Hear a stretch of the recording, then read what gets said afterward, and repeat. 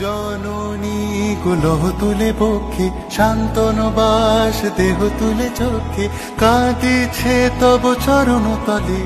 ৩০ কোটি নর নারী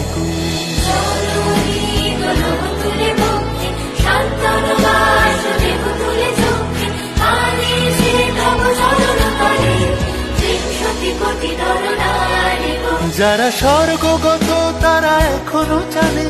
স্বর্গের চেয়ে প্রিয় জন্মভূমি এসো স্বদেশ ব্রতের মহাদীক্ষালু সেই মৃত্যুঞ্জয়দের চরণ চুমি যারা জীর্ণ জাতির বুকে জাগালো আশা মন মলিন মুখে জোগালো ভাষা আজি রক্ত কমলে গাথা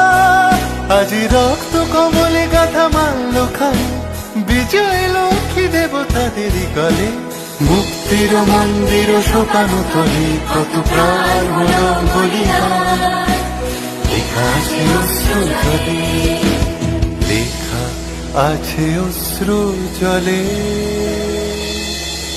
9 সেপ্টেম্বর 1915 ইংরেজদের সঙ্গে সম্মুখ সমরের স্বাধীনতা ছিনিয়ে নিতে অস্ত্র আনার পরিকল্পনা করেন যতীন্দ্রনাথ মুখোপাধ্যায়।